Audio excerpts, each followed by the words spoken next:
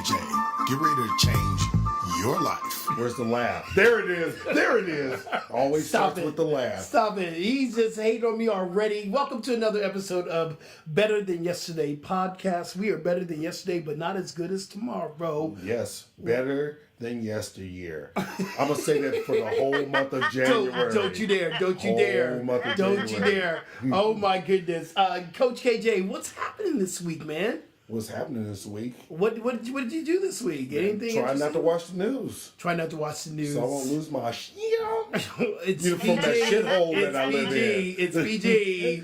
It's a clean version. Yeah, whatever. If they wrote it on CNN, I can say it. That's true. That's true. Oh my goodness. It was there. It was there. Anything interesting happened this week that you want to tell our listeners? Anything? About what? What happened? Anything? I don't know. You I'm let me know. I'm interested. trying to catch you. I'm Then interested. what did you do? I walk through life and everybody walks around me. Well, then tell us a little bit about walking through life Man, this let me week. tell you, I get up in the morning Yeah. and I just feel like there needs to be theme music. You know what I'm saying? Like I just get up and this it, is a like, good question for you then. Doo-doo, What would doo-doo. your theme music be?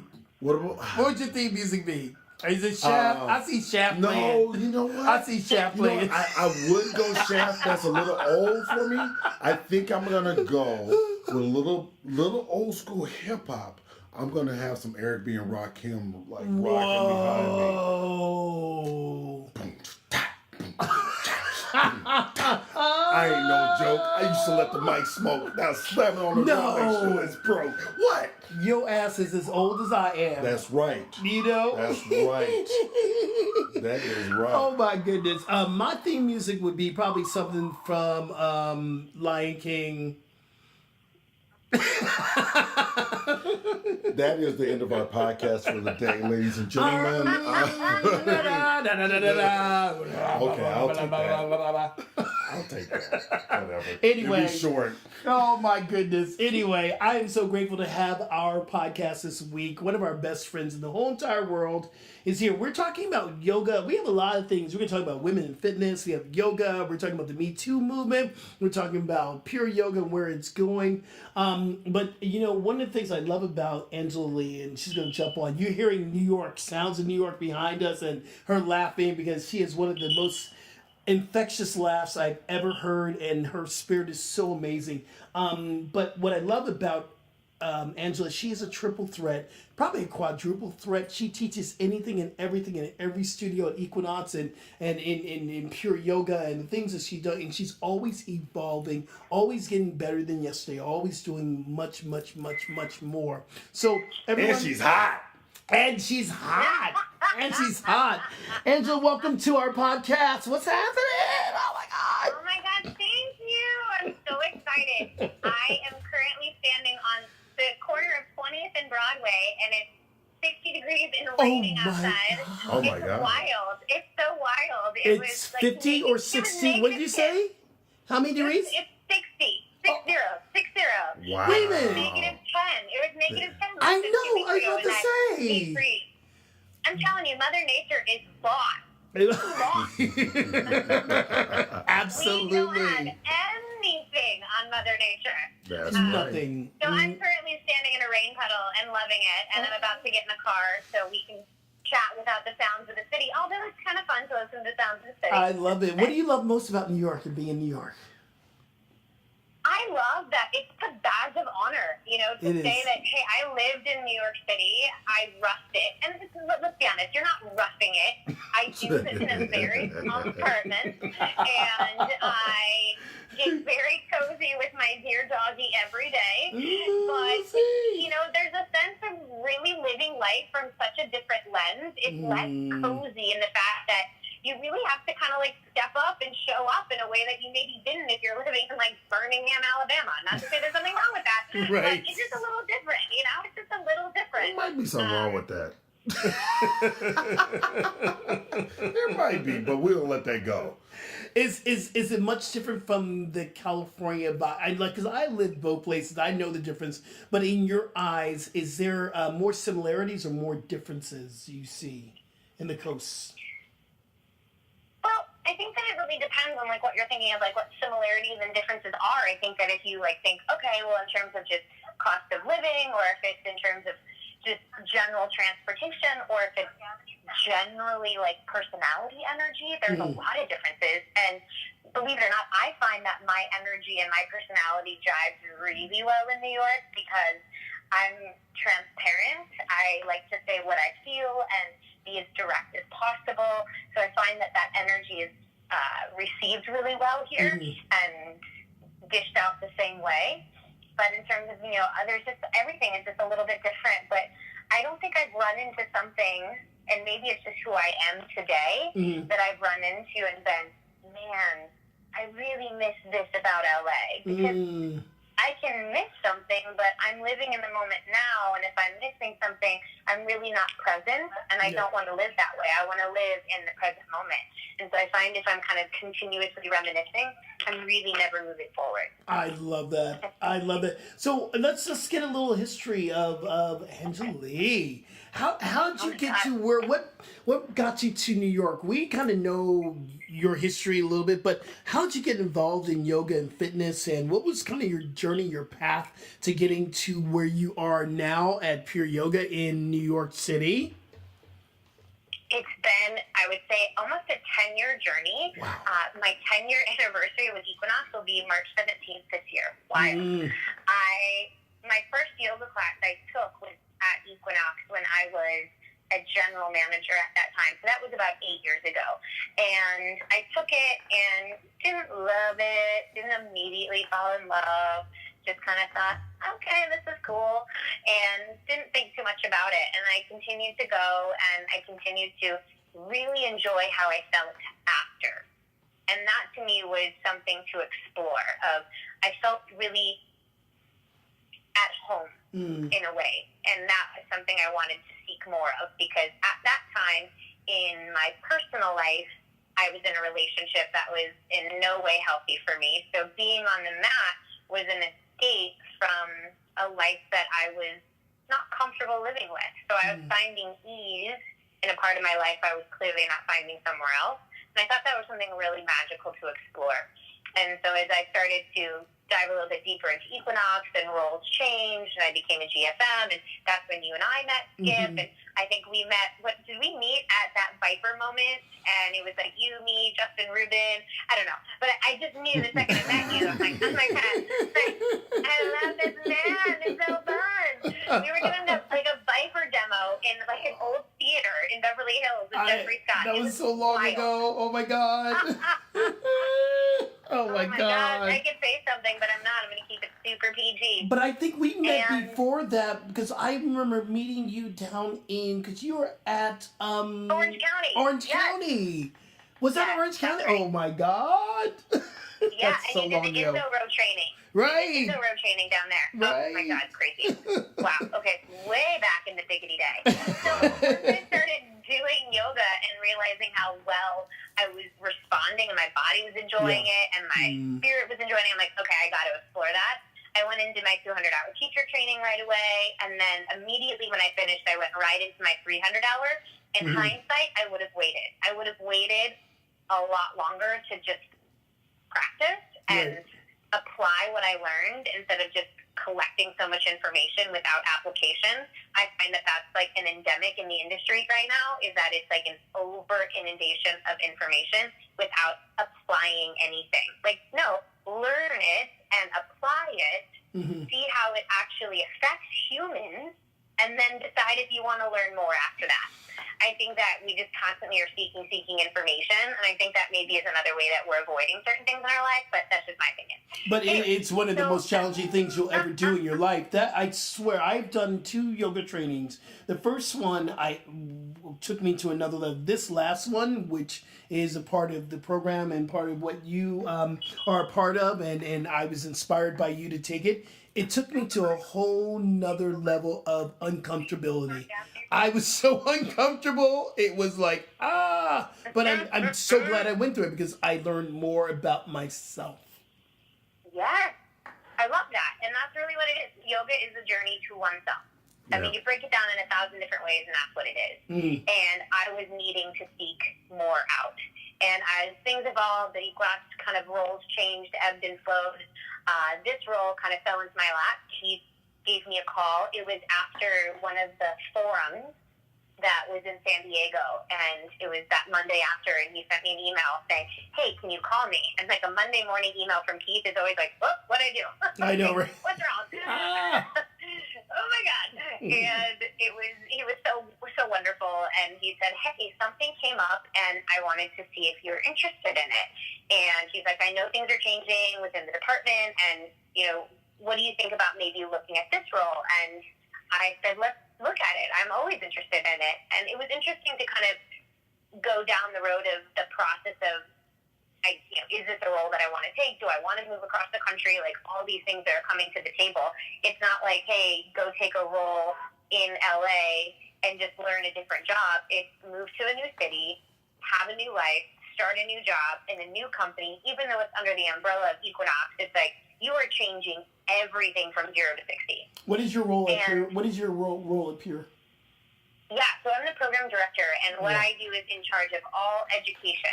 And over the last year being at Pure, I've seen and kind of analyzed, observed the business of what it is, and realized that the most, I guess you could say, the biggest bang for our buck is our education. Because one, it's amazing, and the talent we have in the building is supreme.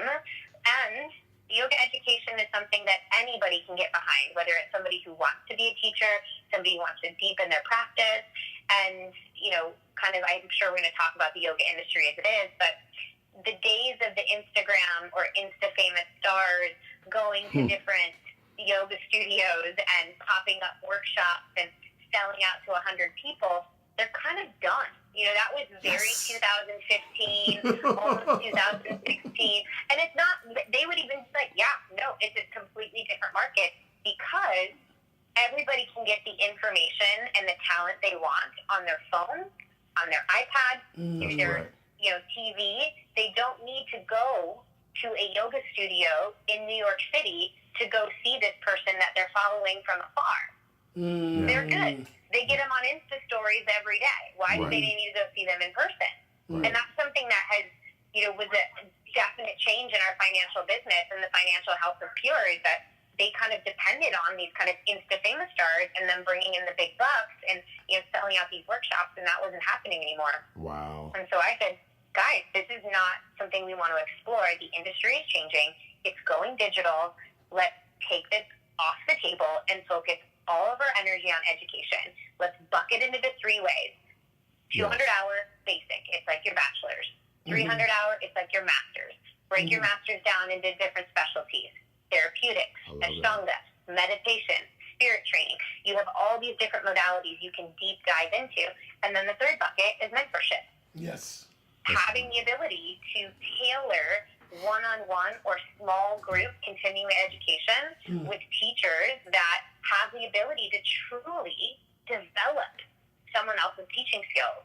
And that's what we're doing, is we've kind of restructured what we offer at Pure, and it's been sensational. It's been a long process, but it's been some of the hardest work I've done, but also the best work I've done. And, I think that I needed that. I think that I needed a shakeup in my life on all areas, and it kind of took me jumping across the country to figure out what that was. I know, Kenny, trust me, we had conversation after conversation. Yes, all the way to the day you left.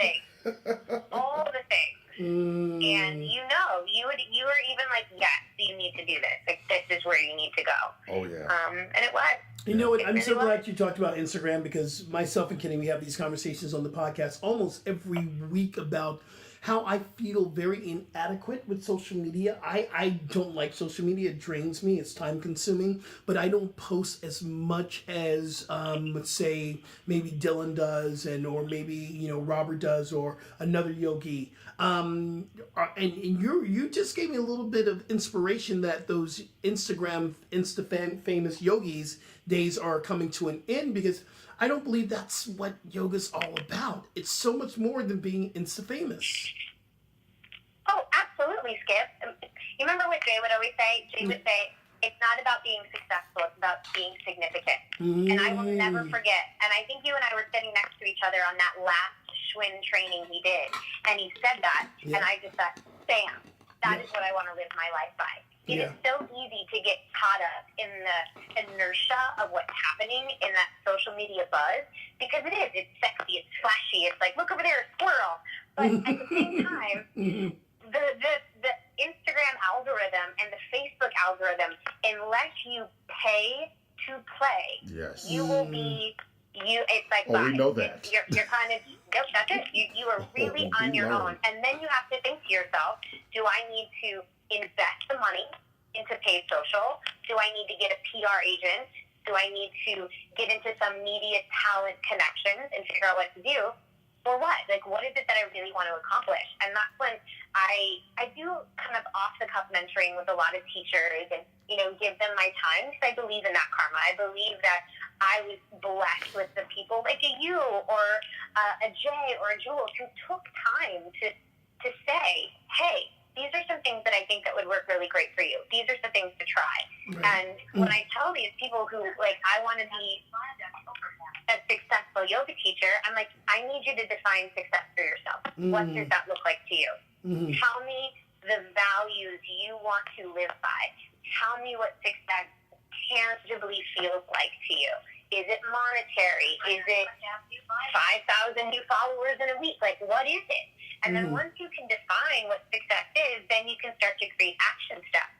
But I think that people are really confused right now. They're just really confused on what success looks like. Yeah. And for you, Skip, I don't think that you're inadequate in any way when it comes to social, because when you do post, it's authentic, it's your voice, it's who you are, and people are engaged. Same thing with you, Kenny. When you post, it's because, like, this is who you are, this is the work you're doing, this is solid movement, done well, and it's who you are. You looked at my page. But you know what? I just really quick, as Jay, I know Kenny has a question for you or a comment. But one of the things I love about you, you never fail to interact. When I do post on Instagram, you are there. You are so good at it, and I try to be good at interacting with people. And you just have a special thing about that. Have you seen this girl text though? She has a trigger finger. She did the bush. Kabush, it's done. I was like, wow. Oh my God. That is so awesome. Well, one of the things that, you and I have definitely gone there is the whole strength training. And you are hands down one of the strongest girls I've met, especially at the yoga place that you're in, the yogi that you are. How do you do you still believe and still do strength training in that capacity? And also, how do you find the relative strength training within yoga for yourself? Love the or question. With people? I am at this point now where I'm starting to build my own, I call it my baby strength training program, like my training wheels are back on, and just breaking down the most simple Olympic movements, like the deadlift, the squat, the back squat, and like sprinkling in some kettlebell work. But you know, Kenny, and I think Skip, is that I have a severe autoimmune disorder where like anything that breaks my high intensity threshold, it really zips my cortisol levels to the point where it's just so unhealthy I can't do it. So I have to be really mindful of my heart rate when I do these things. So when I'm doing strength training, it is pure strength training now these days. It's not intermixed with, 20 kettlebell swings, 8 burpees, renegade rows, go run 400 meters, come back and repeat the circuit. Like, my body loves that. It responds very quickly to that, but it also does the opposite effect and it drains me. It hurts me and it kind of sent me into where I was. I remember. I know, and you know that. And our 6 a.m. training sessions. And so,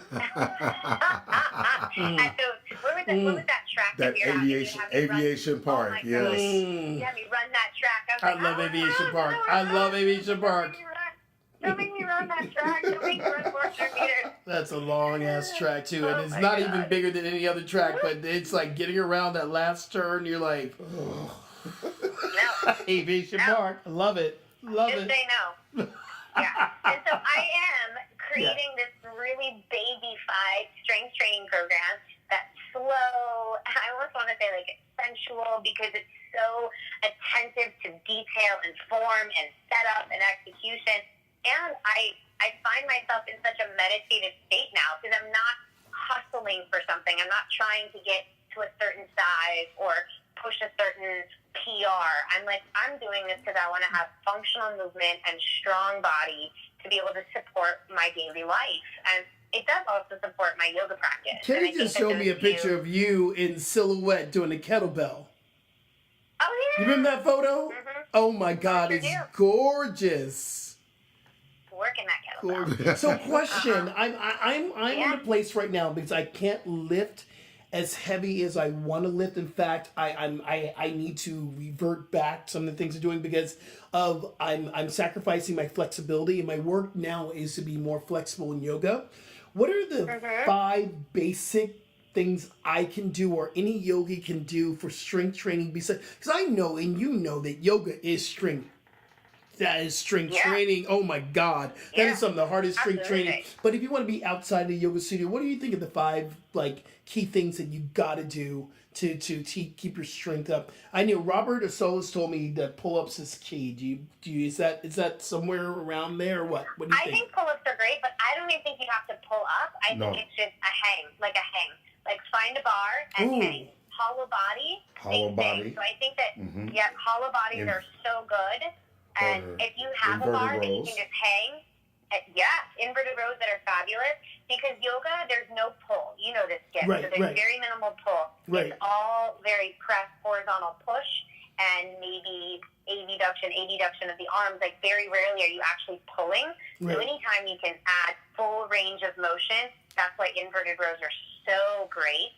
Especially for people who can't really, like me, Kenny knows, my grip strength is really small because my hands are so tiny. So pull-ups have always been super difficult, but inverted rows, you get the same range of motion and probably better because you're not fighting maybe any sort of not so strong core muscles in pull-ups. So pull-ups, inverted rows, anytime you can get pulled. I am such a big believer in good mornings and deadlifts. Whether, if you have the hamstring mobility for good mornings, I would really recommend them. I think they're amazing.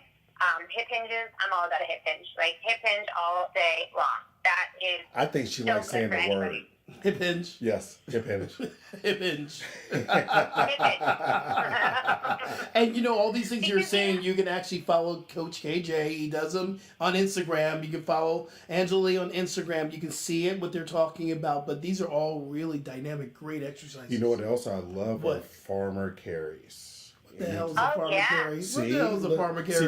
See, that's what happens when you get lost into the world. What the hell is a farmer carry? Explain it. Break it down. You grab those kettlebells. If you grab heavy kettlebells and you just walk up and down around. the road. Yeah. Yeah. Farmer carries and weighted I ain't carries. carrying no farmer. Maybe that's what's wrong. Oh, really? So you want to go there? We'll go relationship. Boy, bye. I ain't carrying. You gotta carry your farmer Okay, or a thug or I'll something. carry a thug carrier. That ain't right. That ain't right. So, women in fitness, and I think you're such an inspiration for women in fitness and where you've gone and where you've grown. And we know that we're in the middle of a hashtag Me Too movement. Have you ever experienced any of sexual harassment or anything where equality for women in pay? Is there, I know from a male point of view, but from a female point of view, in the place that you're at, and not saying pure, but in the fitness world, how do you see all this interacting in your fitness life and the work that you do in the world we live in? Yeah, I think that Me Too, hashtag Me Too, I posted it. And I was very honest when I posted it and said that it was still a very vulnerable thing for me to express. The times that I can recall, and I have vivid memories of a few of them that still haunt me to this day. But I think that the Me Too movement is amazing because it's awareness. And at this point in our lives, in our communities, in the world that we live in, we've got to be aware. And awareness is the first step. Because unless no one's aware, no one's going to take action, no one's going to do anything different. I think the fitness industry is in a really prime place to do something powerful with this movement, because I think female leadership is so strong these days in the fitness space that there's starting to be a little bit of a turn of what healthy truly is, and that conversation is no longer about the aesthetics. It's more about the relationship you have with yourself in terms of total wellness. And total wellness is emotional health. It is vulnerability. It's about having kind of that clean conscience of that the life I've lived has been congruent with the values I hold, and that I haven't allowed myself or put myself in positions to be taken advantage of. You know, in the Me Too, it's not just in that kind of sexual harassment, but equal pay. Equal pay, yep. Are women being paid the same as men? Time's Are up. women asking for what they want? And I think that this is also a great time for women in and outside of the fitness industry to stand up for their worth. And if it's not feeling like it's worth it, if it's not feeling like you are doing the work that you're doing and being compensated in the way that you feel that isn't like your value, then stand up and say something. Now more than ever, I think this is the time that it's to strike. You know, the conversation is so thick that we have to take advantage of it and continue to make the effort to do it every day. I am learning that as well. You know, even coming out here and starting privates with new clients. It's like, oh, nope, this is my rate. Oh, nope, I know we worked together 6 months ago, but this is now my new rate. And not apologizing for it. Like, hashtag not sorry. Like, it's not good. Sorry, not sorry. You know, it's so funny because it's most of my mentors, I have, you know, we have the same one male mentor, the same as Jay Belanik, and just what things he's inspired in our life. But most of my mentors have been women. There have been women in my life in the fitness industry, and so I've never really, and I knew that it was happening, but pay inequality has never been really something that I kind of thought about in the fitness industry. Are you seeing that that even in your program director job or other high powered jobs, people moving up there, is there inequality in pay? I don't know in terms of certain jobs, but I do know that even in just like class rates, where I mentored a few instructors who are, you know, kind of coming up in the ranks, and I've encouraged them, ask for a rate increase every 6 months. No matter what, ask for it. Because the worst they're going to say is no. Right. But if you don't ask, they don't give. Don't bat an eye either. You just continue to ask. And I'm the same way. Like, I'm asking every 6 months. Yeah. I mean, it's I'll keep important. that in mind. Your worth is important, and you're not feeling like you're being valued, then that's a problem. And, you know, being here, I've really learned that lesson and really kind of matched my actions for it. And it feels good to have that sense of assertiveness about your life and your finances. Who would have thought that me living in the most expensive city in the world would put me, knock on wood, in the most successful financial position I've ever been in? Because of how I manage my money, how I spend my money, how aware I am of my money. It's a totally different game changer. Did you ever read the book You're a Badass by Jen Cisneros? Yeah. No. It was that book that you read it? all the kind of Bits and yeah, pieces. it's great. And she came out with a new book, and it's about you're a badass about making money. Yes. And she talks I saw about that the other day. your relationship with money and how you feel about it. And when you would look at money and when people would say they're rich, do you get envious? Do you get upset? How do you feel about it? And really coming to terms with your relationship with money. And I realized I had some not so good relationships with money, and I needed to come to peace with that. And it was a really solid read. You know what? I'll send it to you, Skip. I would love that. You know, one thing while you were talking, something comes up for me that most of the time, you know who never asks for a raise? It's the yogis. Why do you think that is? Oh, yeah. Why do you think that is? I don't know. I think that maybe some yogis just are under the impression that they're doing things of service, which we are. We are doing things of service, but we're also doing something that's transactional. Like, we're providing a service that is a commodity. It is us delivering the education we spent our hard-earned money on to deliver an experience for you that you can walk away feeling sensational about the practice you just had. Mm-hmm. I feel no guilt or shame about that, of being paid for it. Of course, would I volunteer downtown at a shelter and do a yoga class for free? You betcha. Like, I'm not one to say no to doing charity and good karma classes. Like I said, I'm mentoring teachers at 𝐂𝐇𝐀𝐍𝐍𝐄𝐋 out of my goodwill. I'm about to show up at 7 a.m. tomorrow and spend an hour with 2 people who are auditioning on Tuesday. Wow. Because I'm like, absolutely, I want to help you. Wow. Whatever you need. Wow, and going through an audition at 𝐂𝐶 is no joke. Oh yeah, you have 3 minutes to show up and get lit. Oh my goodness! And you have to blow it up. You have to shine in 3 It's so minutes. funny. I feel very privileged because I never had to go through an audition. Okay. Knock on wood. Me either. Wait a minute. Well, wait a minute. wait. I didn't either. So I didn't either. But you know what? I can tell you, we might not have auditioned, but when we got there, we brought the goods and we stayed. Yeah. Not everyone who didn't have to audition didn't stay. I mean, because when I did WIP, I just took over. I took over the whole room. Yeah. So you're like, okay, you're going to teach this. 260 pounds.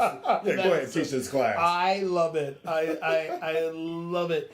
Where do you think yoga is moving towards? Where do you think this world of this industry, where do you think it's moving towards? And what is your dream? Like I was telling Kenny the other show, that I have a dream. We're doing an entrepreneur show a couple of weeks ago. I talked about my dream is really to move to Hawaii and to open up a bed and breakfast, teach yoga, talk about vegan food, and have a retreat where people can come to. That's my dream. And it still will be my dream. And that's what I want to do with everything. When I'm done with LA, I'm going to open up a B&B, bed and breakfast healing place to come do yoga and heal yourself. What are your dreams, and what do you think this yoga, where are we going in this industry? All right, I'll talk about where I think the industry is going. Okay. I think the industry is going into a space where it's digital, and I think that that's why the classes and the human connection is more important than ever. I think that what people are getting from social media is fantastic because it's immediate and it's there, and people can drop in, put in their headphones, get on their headspace for 10 minutes and get clear. But my thing is, are you living it every day? Are you living that work of being calm, collected, kind, patient, assertive, present? Are those qualities a part of your everyday life? And for me, I have grown exponentially in the last year because my practice has been off the Richter scale. Not physically in the sense that I'm like doing handstands in the lotus. Yeah, that's there. But my practice is so grounded. It is so involved in the sense that if I don't move or breathe every day and drop into my practice, I feel disconnected. And I think that now more than ever, our bodies and our spirits need deep connection. Because in this world of social media, you think you have 1,000 friends and maybe 2 people are really your pals. Right. You know, like it's like, who is really going to stand up and be your person when things are going tough? And I'm not saying like, oh, I'm so lucky that I had this opportunity in this past year to kind of find out who were my people. But when my brother had his accident in August, if it wasn't for my yoga practice, if it wasn't for the people that are my people, that I could just, hey, Steph, I'm having a really tough day. She picks up the phone. We talked for an hour. I cried out, and that's that. You know, it's like, I think that where yoga is going is where we lead it, and as people who are in charge of that, and as teachers who hold space, we have to teach connection. We have to teach that sense of intimacy with ourselves and with others, and make it pure, and make it sweet, and the more you give that to yourself, the more you're going to give that to others. Because right now people are raging, right? People are raging to others. And the only way that we're actually going to switch and pivot the industry is if it starts with ourselves. Wow. And that's where I think it's going. And, if I could, stand up on my soapbox and give that little tutorial every day, I would. But I think that I do. That was a Dharma talk right there. I'm going to take your class. Let's begin. That was great. I loved it. I literally was just about to say, you really need to be on a platform to speak. I've always thought that you have a way of drawing people in and keeping them engaged and never losing them. It's that's a gift. A lot of people have to go get training for that, but you have a gift to be able to keep people drawn in. You're like, and then boom, boom, boom, boom, boom. And then you might send off a text while you're talking and saying that, but nobody knows that because it was too fast. Oh, trigger finger. But your ability to keep people engaged, and and you're always talking the culture. It's not the culture of just yoga. I'm talking about the culture of lifestyle, health, and fitness. And, like you said, you do the basics, the strength movements, the relative movements, the deadlifts, the carries, but you're doing it and it's balancing you out overall with everything else, with your yoga practice, your strength, to be able to hold your body weight, everything that's going on. It's amazing. Now you just need to go get a headset. Grab a barbell with about 145 on it, do one set of deadlifts, and then go right into your yoga handstand, and then start talking to the group. You're crazy. And you'll be the wealthiest woman on YouTube. You know what? You are crazy. I love you, brother. You're so crazy. Are you taking us on your journey through New York? Do I hear your car behind you? Yes, I am. I'm in a private car right now. I love it. My house. Currently, I'm on the corner of, I think, 90-something in Central Park. We are on a journey in New York. So beautiful. It's like foggy, and Central Park has this like hue of like mist. It's so beautiful. Oh my goodness! It's so beautiful. You're so beautiful. We are on your journey is coming to an end in the car, but the journey on the podcast is coming to an end right now. It's so perfect. Tell us, what are your dreams? What are you? Tell us a dream. What's your dream? What's your? Oh man! What do you want for you? What do I want? What do I want for Angela? Jesus. I want to. Like Jay said, I want to be significant. I want to make an imprint in this space about being completely at home in your body. And there's some things I'm working on, and there's some kind of projects that are happening. But my whole thing is freedom. Is like we all deserve to feel freedom, and freedom in whatever capacity you define it in. But freedom for me starts with yourself, with your body, your emotions. All of those things that you are a part of every day, I want to feel freedom. And this is my work every day as well. And Kenny, you know this. We've had multiple conversations on such like a personal level with boys and all of that, that I wasn't meant to be in a relationship until I was completely at home in my body, from an emotional space and a physical space, because I would never be good for them. And I learned that coming here as well, is that, hyper independence forces you to learn those things. So from a very esoteric with my dream is to continue to feel this unbridled freedom in my soul and my spirit and my body. And I hope that comes through. I feel like it has more so than ever lately, that people believe and feel my energy, and the vibrations I give out are truly pure. I hate purely living. It's kind of like I've always known is what I wanted. That's your handle. And how I can kind of expand that brand into something that really influences this space for people to live a free lifestyle, then that's what I want to do. What does that look like?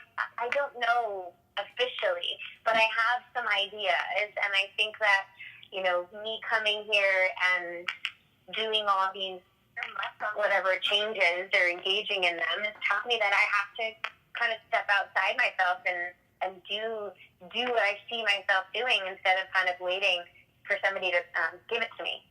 One of my really good friends said this, is that no one's going to come and rescue you. That's right. No one is going to come and rescue you. So if you want to do something, if you want to go somewhere, if you want to feel a certain way, you've got to do it on your own. Well, I'm going And- to go ahead. No, go ahead. You preach, sister, preach. Go on, finish. I The got you. congregation is saying amen. Amen.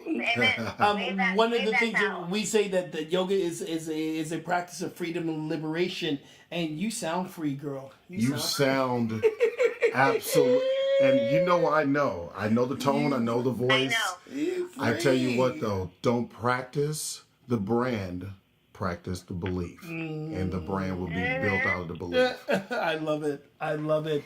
Angela, where can we find you? Where can people find you? Because I know our listeners are going to want to contact you. So what's your handle? Where can people find you? Well, currently I'm in New York City. I'm not going to tell you my address. I'm just Yo, kidding. no address. Social media handles, social media. I do live on the Upper West Side, though. Yeah.